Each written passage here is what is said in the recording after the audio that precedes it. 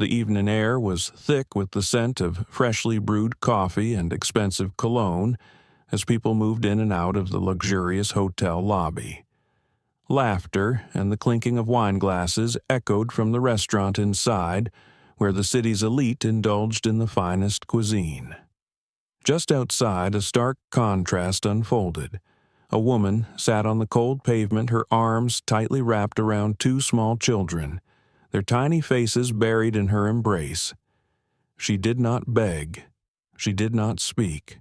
She simply sat there, her eyes distant, lost in a world far removed from the one that bustled around her. People passed by, their expensive shoes clicking against the pavement, their eyes flickering toward her for a brief second before turning away, as if the side of her existence was too uncomfortable to acknowledge. From across the street, a man stepped out of a sleek black car. His presence demanded attention. His tailored suit, his sharp features, and the unmistakable air of wealth that surrounded him. He was used to being the center of admiration, but as his gaze swept across the street, something unexpected happened. He stopped. His entire body tensed. His eyes locked onto the woman. His heartbeat thundered in his chest.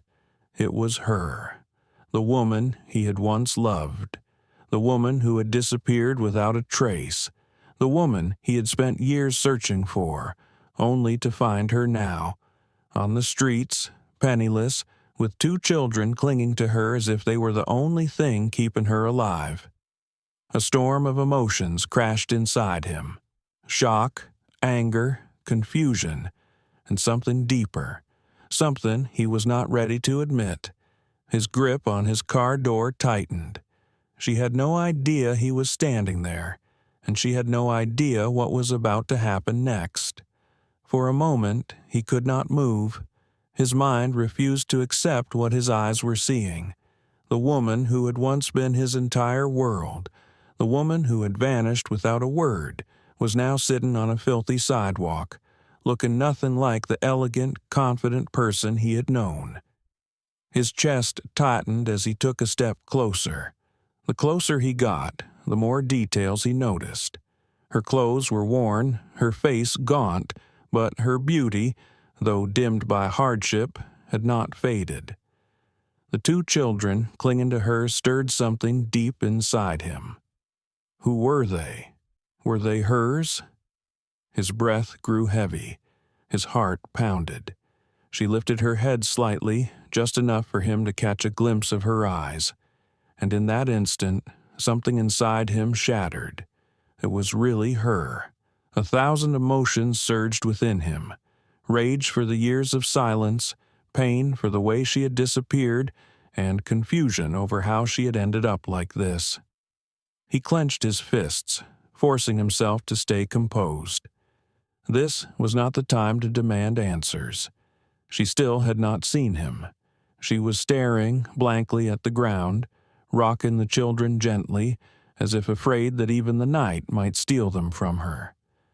A sudden gust of wind sent a shiver through her body.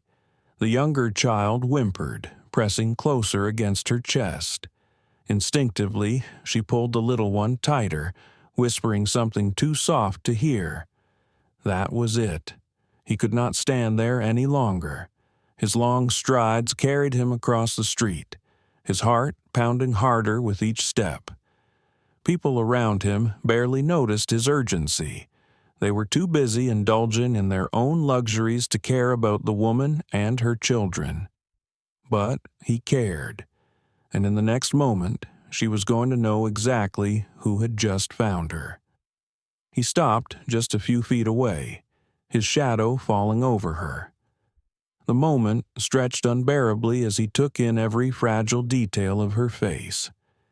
There was exhaustion in her features, the kind that only relentless suffering could carve into a person's soul. But there was something else, too, something that made his throat tighten.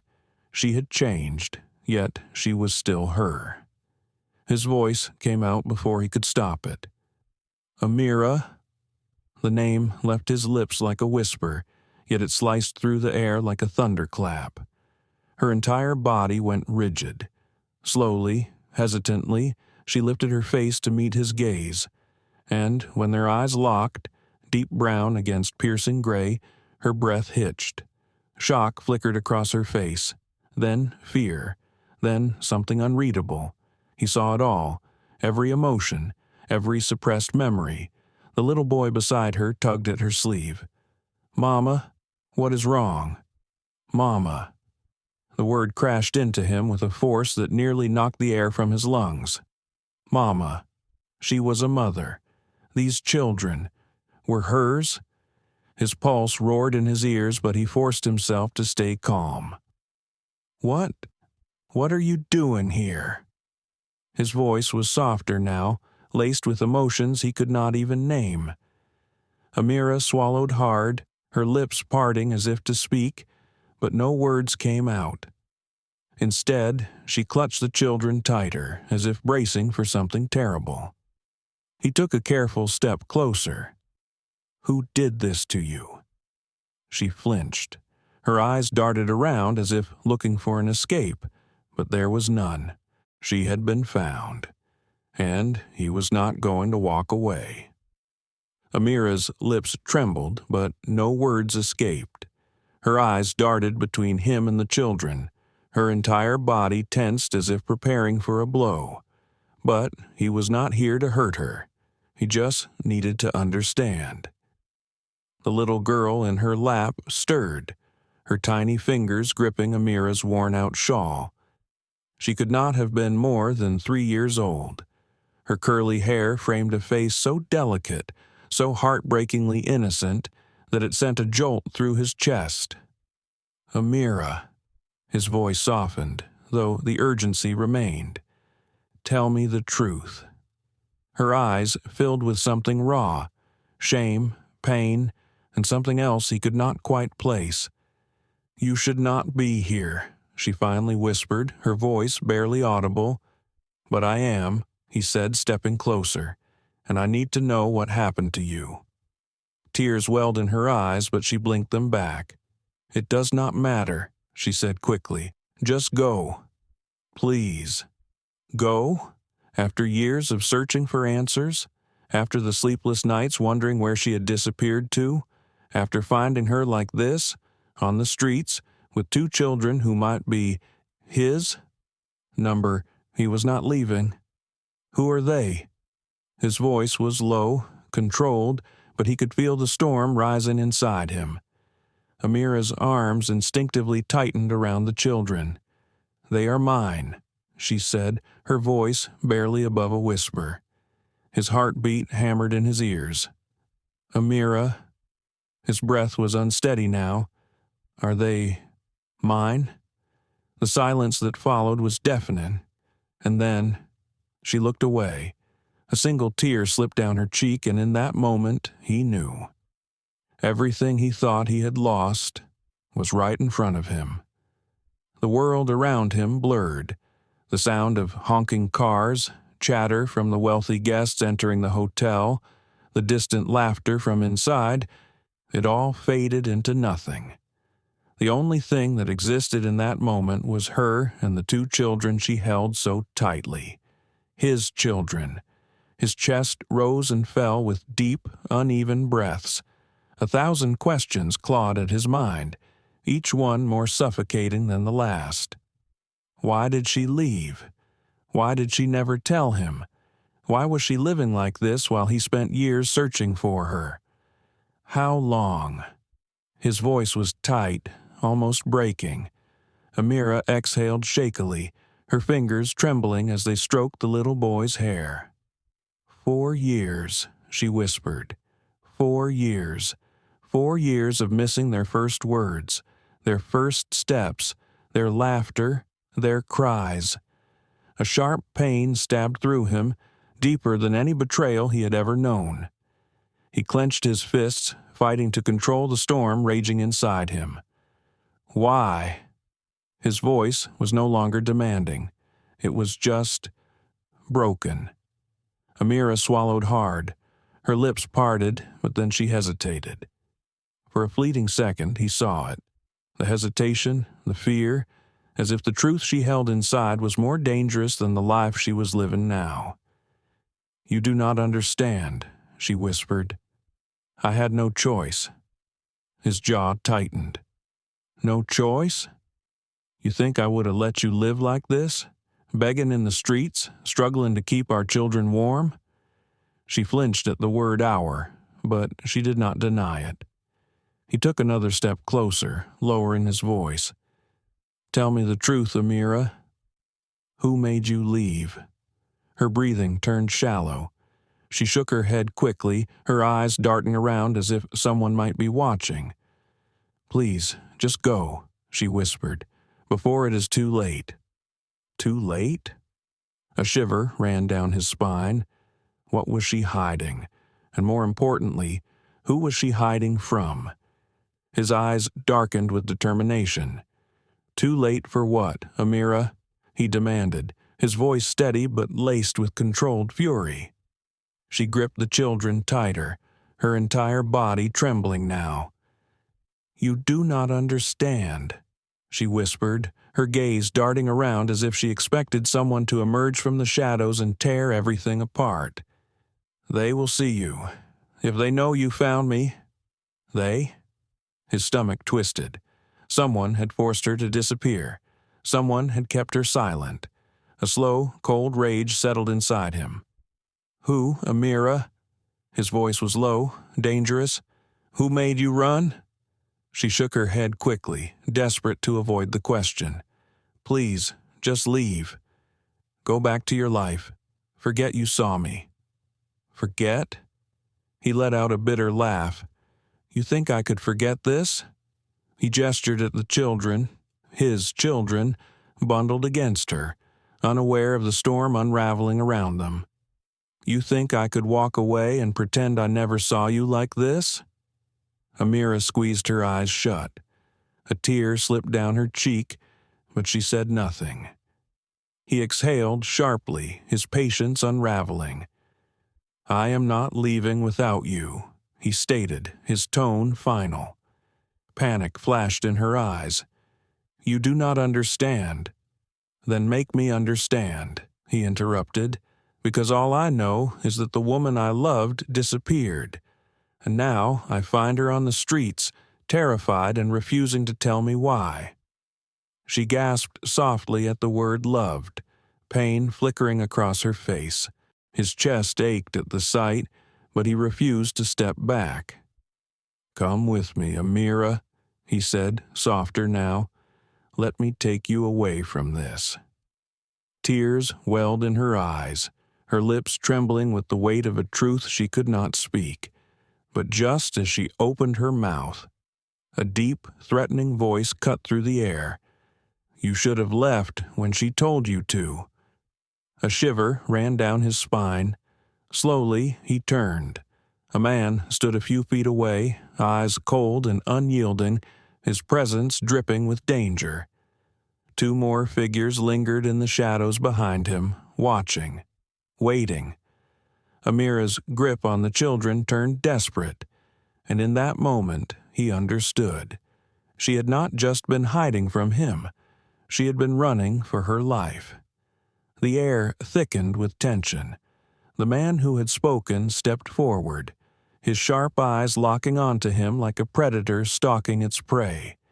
He was tall, broad-shouldered, and dressed in an expensive suit that did nothing to soften the menace radiating from him. "You have no business here," the man said, his voice calm but carrying an unmistakable warning. "Walk away."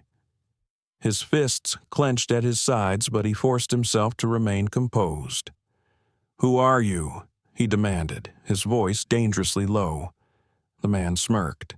"Someone who knows how to handle what is his." His blood ran cold. His? A sickening realization crept into his mind. He turned to Amira, whose face had gone pale. Her grip on the children tightened as if she could shield them from the weight of this moment. "Amira." His voice was barely above a whisper now. "Who is he?" She did not answer. She did not need to. The fear in her eyes spoke louder than words. The man chuckled. "She belongs to me." The words slammed into him like a blade. Number impossible. Amira shuddered, squeezing her eyes shut. "Please," she whispered, "do not do this." But he was not listening. "She is not yours," he growled, his anger rising like an untamed storm. "She was never yours." The man's smirk widened. "That is where you're wrong," he said, stepping even closer. "You have no idea what she has sacrificed to keep those children safe." His heart pounded. Every fiber of his being screamed at him to grab Amira and run. But this was bigger than just him and her now. This was something dangerous, something that had stolen 4 years of their lives. He glanced at Amira again. Silent tears streamed down her face, and in that moment he realized the truth. She had sold herself into this life to protect their children. Rage boiled inside him. He would not let this stand. He took a step forward, his voice calm but laced with steel.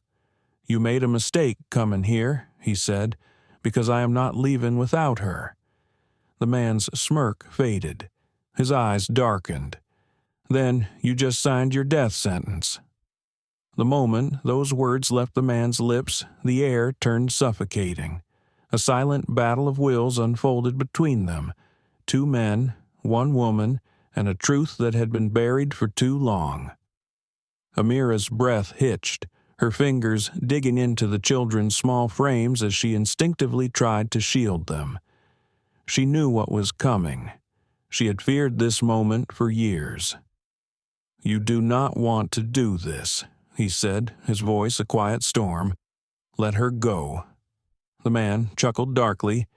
"You think you can just take what is mine?" His jaw tightened. "She was never yours to begin with." Something flickered in the man's expression: annoyance, amusement, danger. "You are brave," he mused, tilting his head. "But bravery does not keep you alive." A movement in the shadows caught his attention. The 2 other men behind him had shifted, their hands resting on their waists. His stomach twisted. They were armed. Amira must have sensed it too, because she let out a small, broken gasp. "No," she whispered. "Please, just go. Do not do this." But he was beyond reasoning now. The rage burning inside him had swallowed every shred of hesitation. He had already lost 4 years. He would not lose her again. "You have 2 choices," he said coldly. "You can walk away and pretend this never happened, or—" He stepped forward, voice sharp as a blade. "You can try to stop me, but I promise you it will be the last mistake you ever make." The man's eyes narrowed. A tense silence stretched between them. Then, a slow, cruel smirk spread across the man's face. "So be it." Before he could react, the man snapped his fingers. The 2 figures in the shadows moved, a blur of motion, the glint of steel, and then a gunshot shattered the night.